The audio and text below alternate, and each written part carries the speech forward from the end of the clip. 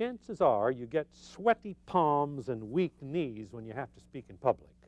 On the next Lifestyle magazine, we'll help you overcome that.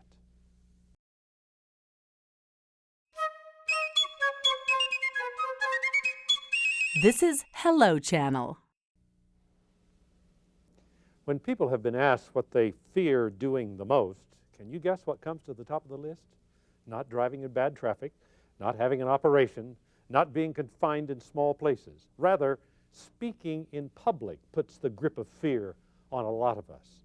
And for the shy among us, even a one-on-one conversation can make our palms sweat. Today, Clifton Davis and Tammy McGrew will talk to two people who used to be petrified to speak in public. One of them was even a stand-up comic, and now they help others overcome the fear they had.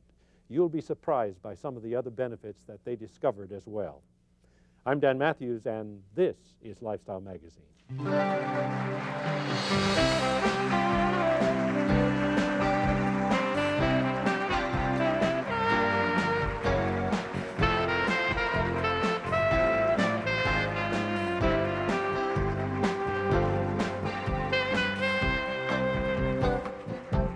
Thanks, everyone, and welcome to Lifestyle Magazine. When Lee Glickstein stood up at his bar mitzvah and squeaked, "Today I am a man," everyone laughed. And from that day on, fear of public speaking gained a strong foothold in his mind.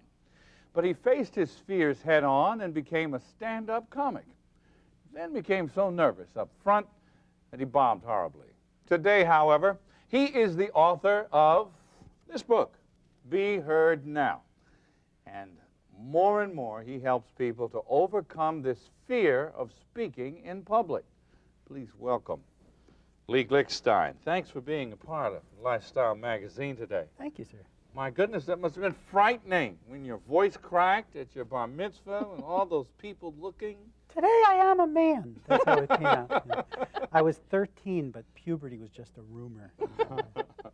I get you. So what motivated you to write a book? Well, I had the world's worst stage fright until my 40s. I even had stage fright one-on-one. And I thought it was because I didn't know what to say and I was scared to speak.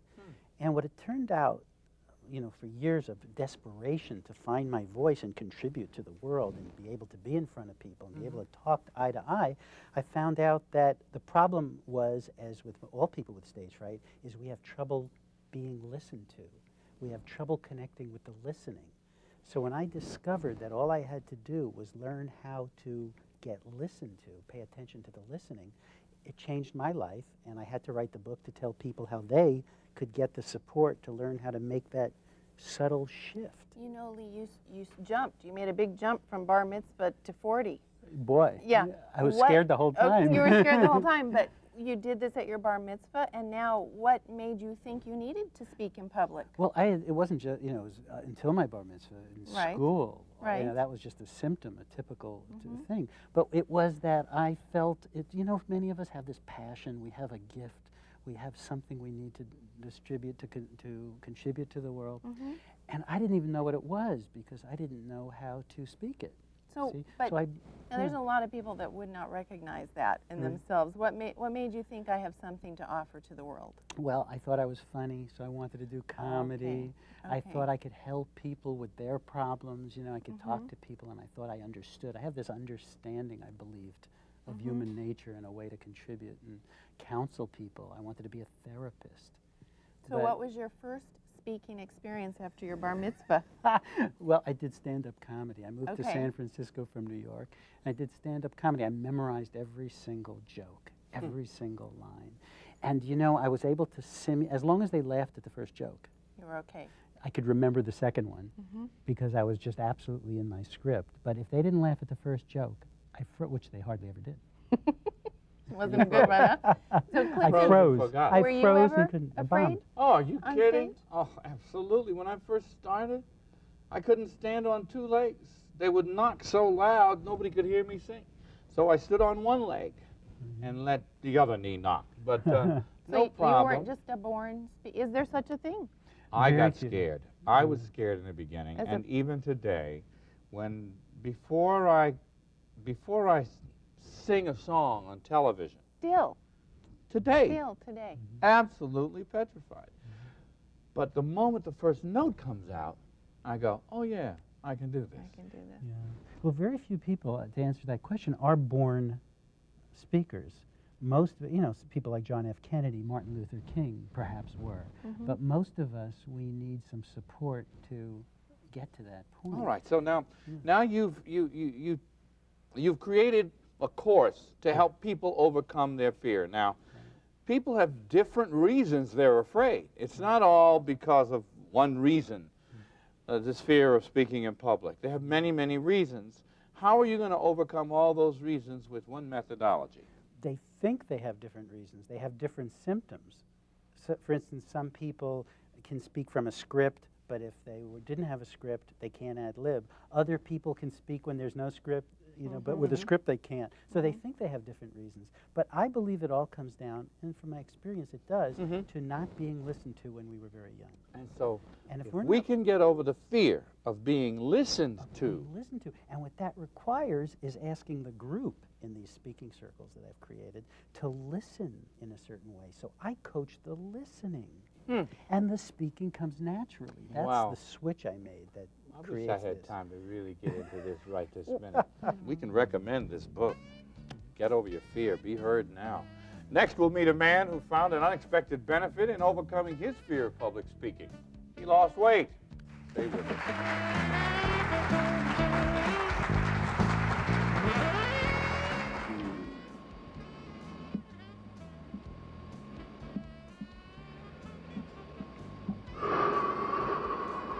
I'm feeling like Michael Dennison. Give your children a brighter future.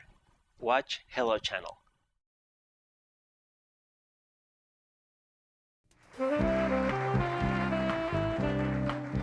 We are now joined by Barry Hughes, who used to be, well, considerably different than he is now.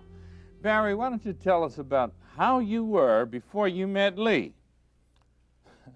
Before I met Lee, I had very bad stage fright, and I had a very serious compulsive eating problem.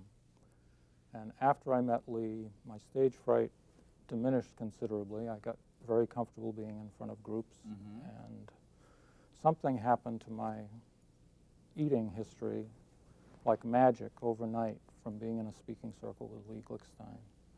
And it had, my interpretation is that it had to do with allowing people into my life, connecting with them, and receiving a kind of nourishment that I think I spent my whole adult life trying to get from So Barry, were you food. on the stage? Were you needing to be on the stage?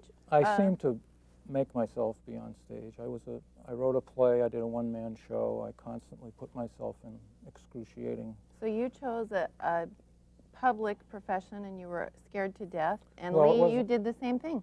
Absolutely. Some of us just can't help it. But we belong there, like that you do. demands a follow-up question.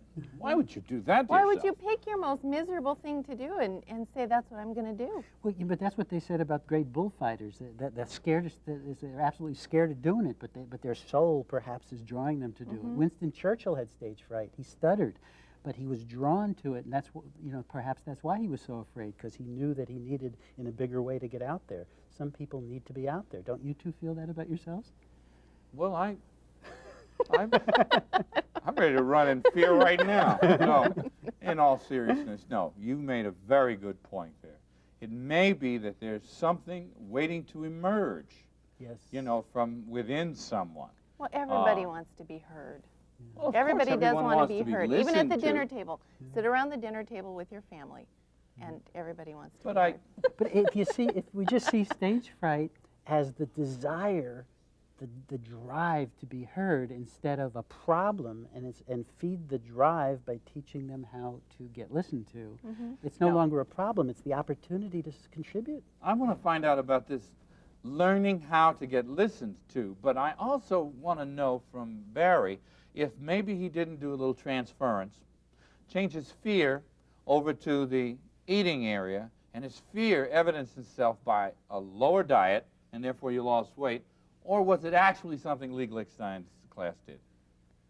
I think it's being nourished by being connected with other people. And if you shut yourself off and if you're constantly pretending to be somebody that you're not in order to look good or to impress people, or to, if you think that you don't have what it takes to just be present, simply be present, then you do tap dances. And I did it my whole life. And then I joined his group. I looked at a group of people who totally supported me to be present with them. No matter what I did, I didn't have to have a plan. Most people maybe watching today are saying, you know, I'm not going to be a stand-up comedian. I'm not going to be on the stage. I'm not going to be a singer. Why would I be interested in this? Well, most people have to either deliver talks at work, perhaps, or a toast. A lot of people come to speaking toast circles. at I a have wedding? a toast I have to do at my friend's wedding. One of the first things I did was a toast, and it was 10 years ago. I was so afraid. The knees knocking thing is true. I took Inderol because I shook so bad, and I couldn't get air in my lungs. I want to hear more about this. I mean, with this air stuck in your lungs with Inderol and all of this stuff. There's a lot more to come. Stay with us.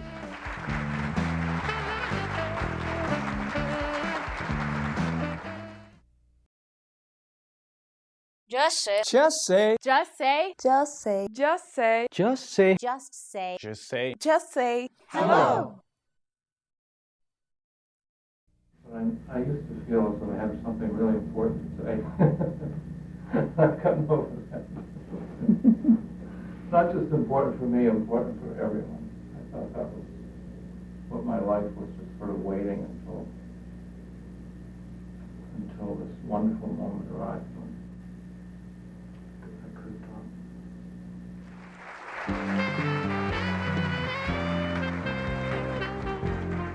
Now, I know you saw a video that may have indicated that none of these people here were in it.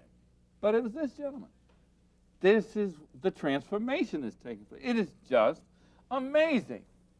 It just fascinates me that as a byproduct of the principles that Lee Glickstein has presented, someone was able to overcome compulsive, eating. Well, I think that what you're saying is so true in that learning to speak in public has an enormous amount of benefit. It's not just about learning to speak in public. Well, your ability to speak to your spouse or Your your spouse, child, to listen or the to person your you child. run into in the restaurant. Anywhere, yeah. To be able to keep your eyes, I say, to keep your eyes in play, to not have to avert our eyes, to be out there with our eyes, which is where we see the soul coming through our eyes, right? And we've learned to avert our eyes. So did you guys have trouble dating? That's probably where stage fright comes in. Is that where it started for you? Worst That's where you knew way. it was really I good? remember the first date I went on, I called a girl, and I had a script, literally. You had a script? I had a script with all the laugh lines in it. With the laugh lines in it? That was, and I had to go, one line at a time. Did you ever get a date How'd the with her? date go? She actually saw me, and it was terrible. Because she was expecting that I'd have some of the same jokes, but I didn't know how to write a script for the actual date. Okay. Now, what's the difference in your speaking circles? Is that what they're called? Speaking circles, yeah. and Toastmasters? Well, it's a totally different approach to try to get to the same place. Whereas Toastmasters is a nice group, it's a good group, and it's about, in fact, we should ask Barry's been in Toastmasters. It's about more the technique of speaking and moving and memorizing. And making your speech. Making the speech as a sort of an external thing, whereas Speaking Circle is about allowing it to emerge through What are the relationship. principles? We've got about a minute left. Yeah. Why don't you share with us some of the principles that you try to teach to your students? Well, we have 2 turns in a speaking circle, 3 minutes and 5 minutes. And in that time, one is in front of the group. Everybody's asked to give the supportive, warm, available eyes. And in that time, the person on stage who's being videotaped is asked to put a priority on noticing the listening and only speak if something comes, and only stay with one person at a time. And these instructions, very soon, the person gets it and relaxes into the relationship and only speaks to one person at a time. Public speaking is not to the group. No, it's not. It's finding the people in the group that you connect And with. once we catch it, it works. It is easier to talk to. I never thought about that, but it seems to me, yes, it's a whole lot easier to talk to one person than it is to talk to 10. So talk to one. Or it's easier to talk to 10,000. It was just a big blob. I don't know. I stood up at Hollywood Bowl, and that light came on. That was bad. 12,000 people out there. When life, We'll be back right after this.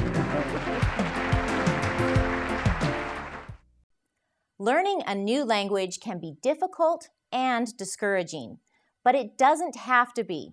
Hello, I'm Karen, introducing Hello Channel, the revolutionary new channel designed especially to teach English. If you can speak English, the future is open for you, since speaking English means greater opportunity and higher paying jobs. By watching Hello Channel, you are immersed in this valuable language. You'll hear the words being spoken. You'll see the speakers' mouths when they say the words. You'll read what's being spoken in large, clear subtitles. And you'll speak out loud, practicing what you have just learned. There is no better or faster way to learn a language than total immersion. Hello Channel does exactly that. There's programming on every level so you can watch the shows that are just perfect for you. Whether you've spoken a little English, a great deal of English, or none at all, the Hello Channel has something for everyone. Join us for a convenient, affordable, and fun way to shape your future. There's so much in store for you if you'll just say hello. When I was about 6 years old, I remember taking something that didn't belong to me. Looking back on that day, it would have been very easy for my dad to lecture me and hope I never did it again. Whatever I took wasn't worth much, but the lesson I learned was worth everything. Life's most important lessons are best learned in the home. A message from the Church of Jesus Christ of Latter-day Saints.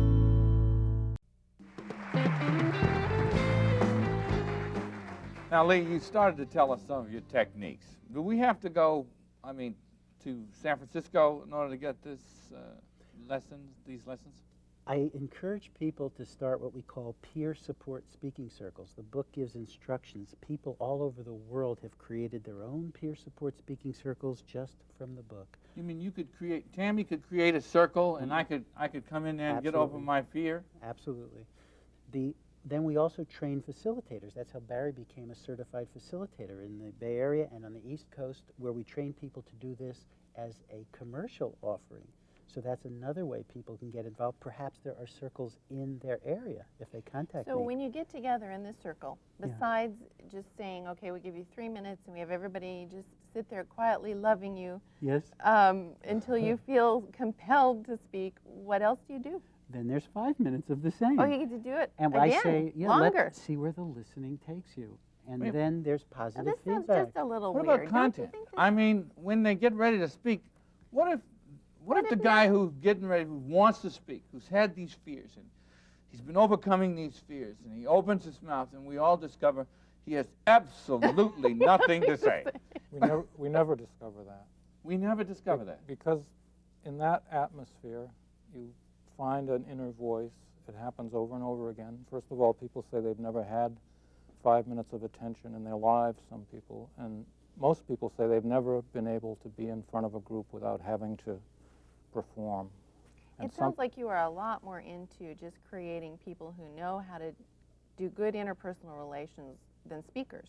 If you can be present with anybody, including your family, being present with a group is no different. It's no and different. have you found that most groups, and I was sharing this with you, I think, before we started, when you get in front of a group, you have this idea that the group is kind of wanting you to make a mistake, but that really, in fact, is not the case. There's a few things we've discovered. I wouldn't have predicted this, but there's extraordinary support in the world, and we, human beings, are extremely interesting when we feel listened to. I have not seen anyone who's really dull or boring, contrary to what I even would have predicted. Now, how long do you have to be in this group? Do you graduate and now you're good at it? Some people come once and that's what they need, and some people come for 8 years, week after week. Their stage fright is gone, but they're exploring different parts Think how skinny of they get themselves. after 8 years.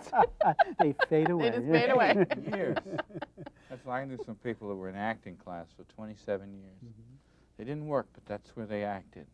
And it gave them, a marvelous sense of self-worth and accomplishment. There's always new worlds to access within one. The vastness of inner space is just as vast as outer space. Yeah, but So has it we been always more thought it was rewarding kind to of speak waste of money or to if we teach didn't do people anything. how? Both. What's been most rewarding? I've got to do both. You've got to do both. I love being in front of a group, but I love being behind the camera because we videotape everyone. I love being there and watching people come alive. So I need them both. Well, you are giving an incredible gift to people. And your Thank you. NBRA is a great example of that. It sure is. And it's so amazing to me to think some people never get heard. Some people never get listened to. And the experience in your course, your class, gives them that incredible breakthrough of really being heard, of other human beings listening to them. Well, people tell me, Cliff, why don't you shut up sometime? No, they don't. So we have a final word right after this.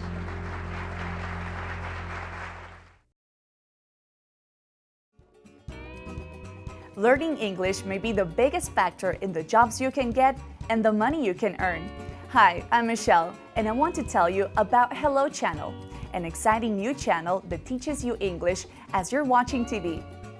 As you watch Hello Channel, you'll see, read, hear, and speak English, and before you know it, you'll be on your way to a better job and a brighter future. All you have to do is say hello.